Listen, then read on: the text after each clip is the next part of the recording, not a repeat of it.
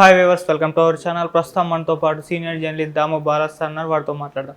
నమస్కారం సార్. నమస్తే సార్, బీహార్లో ఒక 22 ఏళ్ల కుర్రాడి పైన 24 ఏళ్ల మహిళ యాసిడ్ పోసిన ఘటన ఇప్పుడు వెలుగులోకి వచ్చింది సార్. అసలు ఏం జరిగింది, దీనికి గల కారణాలు ఏంటి సార్?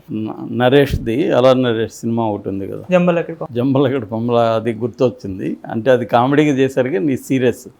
మామూలుగా అబ్బాయిలు అమ్మాయిల మీద యాసిడ్ పోసే సంఘటనలు కోకోలలో చూసాం మనం. అవును, దాని మీద అనేక డాక్యుమెంటరీస్ వచ్చాయి. అటువంటి తమిళ విజయ్ సినిమాలో కూడా అటువంటి యాసిడ్ మీద ఒక ఎపిసోడ్ కూడా చేశారు. అవును, అది చాలా ఉన్నాయి. అబ్బాయిలు ఏంటంటే వాళ్ళకి ప్రేమించిన అమ్మాయిలు తమని మళ్ళీ ప్రేమించకపోతే లేదా పెళ్ళికి ఒప్పుకోకపోతే దాన్ని ఒక ఇన్సల్ట్గా భావించడం, వాళ్ళ మేల్ ఈగో హర్ట్ అవ్వడం, దీని నుంచి వాళ్ళు వెళ్ళి తను ఈ అందమైన ముఖం చెడిపేస్తే ఈ అమ్మాయి ఇంకెవరిని లవ్ చేయదు, ఎవరు ఈ అమ్మాయిని లవ్ చేయరు, పెళ్లి చేసుకోరు, ఈ అమ్మాయికి లైఫ్ లాంగ్ పనిష్మెంట్ ఇవ్వాలి అన్న ఒక మైండ్ సెట్తో వాళ్ళు చేస్తారు. అయితే జనరల్గా ఉమెన్ అంటే అమ్మాయిలు అబ్బాయిల మీద యాసిడ్ పోయడం అనేది వెరీ వెరీ రేర్. అటువంటి సంఘటన బీహార్లో పాట్నా దగ్గర వైశాలి జిల్లాలో జరిగింది. ఆ అబ్బాయి పేరు ధర్మేంద్ర కుమార్, అతను 22 ఏళ్ళు వయసు. ఆ అమ్మాయి పేరు సరితా కుమారి, ఆమెకి 24 ఏళ్ళు వయసు. మొన్న నైటు ఆ అబ్బాయితో మాట్లాడాలంటే అబ్బాయి బయటకు వచ్చాడు.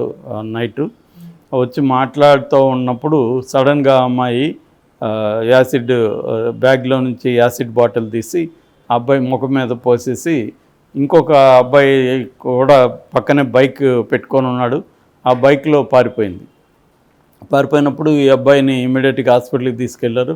అబ్బాయి ఒక కన్ను డ్యామేజ్ అయిపోయింది, ముఖంలో కూడా చాలా ఒకవైపు ముఖం అంతా కూడా డ్యామేజ్ అయింది. సో బట్ అబ్బాయి సర్వైవ్ అయితే అయ్యాడు. దాంతో పోలీసులు రంగంలోకి దిగారు. రవి రంజన్ కుమార్ అని ఎస్పీ, ఆయన ప్రత్యేక టీములను ఏర్పాటు చేసి ఆ అమ్మాయిని మాత్రం పట్టుకోగలిగారు. కానీ ఆ అమ్మాయికి హెల్ప్ చేసిన అబ్బాయి ఉన్నాడు కదా, అతను ఎస్కేప్ అయ్యాడు, ఇంకా దొరకట్లేదు. సో ఆ అమ్మాయిని ఇంట్రాగేట్ చేశారు. అసలు ఎందుకు పోసావు ఏంటి అని అడిగినప్పుడు అమ్మాయి ఏం చెప్పిందంటే, తనకి ఆల్రెడీ పెళ్ళయి 3 పిల్లలు, ముందు భర్తతో విడిపోయింది. ఆమె విడిపోయినాక ఈ ధర్మేంద్రతో పరిచయం అయ్యాడు. దాదాపు 5-6 నెలల నుంచి ధర్మేంద్ర తను కలిసి తిరిగారు. సో ధర్మేంద్ర హామీ ఇచ్చాడు, నేను పెళ్లి చేసుకుంటానని. కానీ పెళ్లి చేసుకోకుండా ఇప్పుడు వేరే సంబంధాలు చూస్తున్నారు వాళ్ళు. సో దాన్ని నేను భరించలేకపోయాను.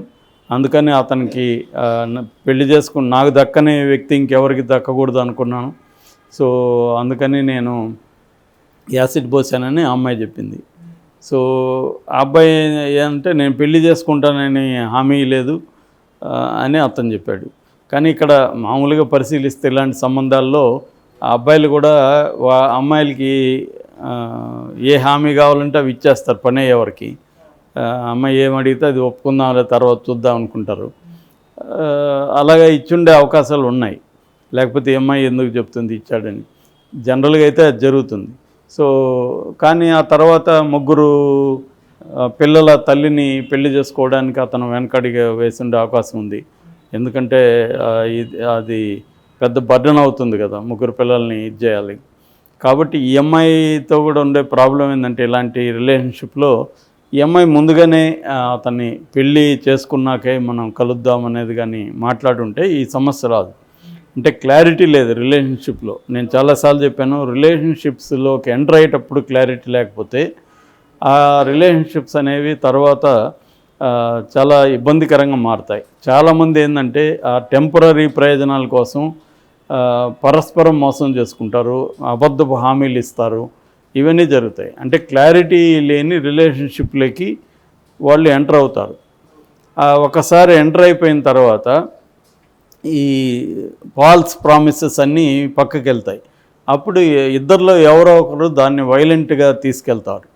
ఒక్కోసారి ఇద్దరు కూడా అలా చేసిన సందర్భాలు ఉన్నాయి. ఒక్కోసారి ఇద్దరే ఉండరు ప్లేయర్స్, ఇంకొక ఒకరు యాడ్ అవుతారు. సో అది ట్రయాంగిల్ అవ్వచ్చు, లేకపోతే క్వాడ్రీ ఇది అవ్వచ్చు. సో అలాగా మనం అనేక సంబంధాలు చూస్తూ ఉన్నాం. ఇవాల్టి సంబంధాల్లో ఉన్న ప్రాబ్లం ఏంటంటే ఫస్ట్ క్లారిటీ లేకపోవడం, రెండవది ఏమంటే ఫ్యూజన్ లవ్ అంటారు. ఫ్యూజన్ లవ్ అంటే నువ్వు లేకుండా నేను ఉండలేను అన్న ఒక పరిస్థితి వచ్చేసి ఫ్యూజన్ అంటారు దాన్ని. అంటే ఇద్దరు కలిస్తేనే లైఫ్ అన్న ఒక మైండ్ సెట్లోకి వెళ్తారు. దీనివల్ల కూడా చాలామంది ఏంటంటే ఈ ఫ్యూజన్ లవ్లో ఇమ్మర్స్ అయిపోయిన వాళ్ళు, సో అవతల వ్యక్తి వెళ్ళిపోతే తన లైఫ్ అనేది కంప్లీట్గా రూయిన్ అయిపోయినట్టుగా ఫీల్ అవుతారు. నిజానికి ఏం రూయిన్ కాదు, నీ లైఫ్ నీకు ఉంటుంది, నీ పరిధి నీకు ఉంటుంది, అవతల వ్యక్తి వల్ల నీ జీవితం ఏమి డిసైడ్ అవ్వదు. కానీ ఈ ఫ్యూజన్ లవ్ అనే కాన్సెప్ట్లో మునిగిపోయిన వాళ్ళు ఏంటంటే రేషనల్ థింకింగ్ అనేది వాళ్ళకు ఉండదు, ఎమోషన్స్ డామినేట్ చేస్తాయి, ఇంపల్సెస్ డామినేట్ చేస్తాయి. దీనివల్ల ఏం చేస్తారంటే తనకు ఆ ఫ్యూజన్ లవ్లో తన పార్ట్నర్ దూరం అయిపోయినప్పుడు దాన్ని భరించలేకుండా తను ఎవరినైతే గాఢంగా ప్రేమిస్తున్నారో, ఎవరి ఉనికి లేకుండా తను బతకలేదు అనుకుంటున్నారో అలాంటి వాళ్ళని ఉనికిని నాశనం చేయడానికి వీళ్ళు ట్రై చేస్తారు. ఇది సైకాలజికల్గా చూసుకున్నప్పుడు ఇది కొత్త విషయం కాదు. శతాబ్దాలుగా ఇటువంటి ఫ్యూజన్ లవ్లో వైలెన్స్ అనేది ఎప్పటి నుంచో వస్తుంది. దీన్ని కంట్రోల్ చేయడానికి రకరకాల పద్ధతుల్లో అవేర్నెస్ క్రియేట్ చేయడం, ఒకటి లీగల్గా స్ట్రింజెంట్ లాస్ని తీసుకురావడం చేస్తున్నారు. కానీ ఇలాంటి రిలేషన్షిప్స్లో ఇలాంటి మూడ్లో ఉన్న వాళ్ళకి ఇవేవి గుర్తురావు. చట్టాలు కానీ, మొరాలిటీ కానీ, కాన్సిక్వెన్సెస్ అంటే మనం ఈ పని చేసిన తర్వాత పరిణామాలు ఎలా ఉంటాయి అన్నది కూడా ఏమీ గుర్తుకు రాదనమాట. సో అటువంటి ఇంపల్సివ్ దీంట్లోకి వెళ్ళిపోతారు. ఇక్కడ కూడా జరిగింది ఏంటంటే ఈ అమ్మాయి 3 పిల్లల తల్లి, ఒక ఆసరా దొరికిందని ఆమె చాలా ఆనందించి ఉండొచ్చు.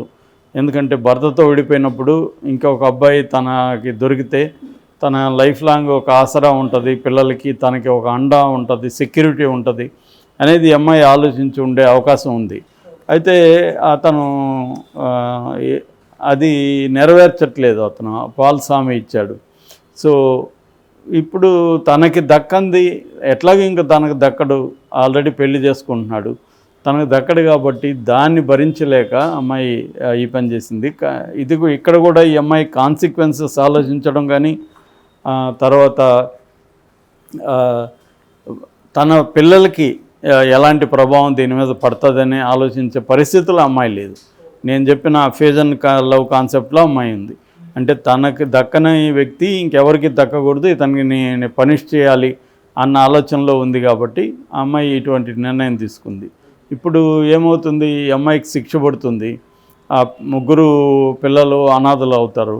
వాళ్ళని ఎక్కడ హోమ్లోనో లేకపోతే బంధువులలోనో పెట్టాలి. దాంతో వాళ్ళు కూడా ఒక బిట్టర్నెస్తోనే పెరుగుతారు ఆ 3 పిల్లలు కూడా. ఇది ఏంటంటే కొద్దిగా ఆలోచించడం అనేది అవసరం. రెండవది, ఆ అమ్మాయికి హెల్ప్ చేసిన వ్యక్తి కూడా ఆ అమ్మాయికి ఏమన్నా ప్రేరేపించి ఉండొచ్చు, ఇన్స్టిగేట్ చేసి ఉండొచ్చు. ఆ అబ్బాయి ఈ పని చేద్దామని కూడా చెప్పించి ఉండొచ్చు, తెలీదు. ఆ పాసిబిలిటీ కూడా ఉంది. సో ఇది జనరల్గా దీని నుంచి మనం టేక్ అవే ఏంటంటే, ఒక రిలేషన్షిప్లోకి ఎంటర్ అయ్యేటప్పుడు ఇంపల్సివ్గా, ఎమోషనల్గా మనం ఒకవేళ ఎంటర్ అవ్వాలనిపించినా కొంత లేట్ బ్యాక్తో వెనక్కి వచ్చి థింక్ చేయాలి. ఈ రిలేషన్షిప్లోకి ఎంటర్ అవుతే దీని లాజికల్ ఎండ్ ఎలా ఉండొచ్చు అది మనం థింక్ చేయాలి. రెండోది, మన పార్ట్నర్కి కూడా ఆ కైండ్ ఆఫ్ క్లారిటీ ఇవ్వాలి. ఫాల్స్ ప్రామిసెస్ లేనిపోని చెప్పి అట్రాక్ట్ చేయడానికి, అవతల వ్యక్తిని రిలేషన్షిప్లోకి తీసుకురావడానికి రకరకాల హామీలు, అవేవో హామ్లెస్ ఇస్తే పర్వాలేదు. అంటే చిన్న చిన్నవి ఎవరిదో షర్ట్ వేసుకొని వచ్చి నా షర్ట్ అంటే పర్లేదు, కానీ నీకు లేని నేను పెళ్లి చేసుకుంటాను, నీతో లైఫ్ లాంగ్ ఉంటాను ఇలాంటి హామీలు, లేదా నీకు ఉద్యోగం ఇస్తాను ఇలాంటి హామీలు, ఇలాగా నువ్వు చేయలేని హామీలు చేయడం, ఒక ఫాల్స్ ప్రామిసెస్తో ఒక పర్సనల్ రిలేషన్షిప్లోకి ఎంటర్ కావడం అనేది మేజర్గా ఇలాంటి వాటికి ప్రాబ్లం అవుతుంది. అందుకని రిలేషన్షిప్స్లో క్లారిటీ ఉండడం, ఆనెస్టీగా ఉండడం అనేది వెరీ ఇంపార్టెంట్. సో చాలా రిలేషన్షిప్లు అక్కడే ప్రాబ్లం అవుతాయి. రెండోది, ఫ్యూజన్ లవ్ అనే ఒక ఆస్పెక్ట్లోకి మనుషులు వెళ్లకుండా ఉండడం కూడా అవసరం. చాలాసార్లు ఫ్యూజన్ లవ్వే నేను అనేక కేస్ స్టడీస్ చూశాను, మనం కూడా కొన్ని చెప్పుకున్నాం ఛానల్లో. ఈ కేస్ స్టడీస్లో ఫ్యూజన్ లవ్ అనేది ప్రధానంగా పార్ట్నర్స్ని చంపడం అనే దగ్గరికి ఎందుకు వెళ్తుందంటే ప్రధానంగా ఈ ఈ ఈ కాన్సెప్ట్ వల్ల వెళ్తుంది.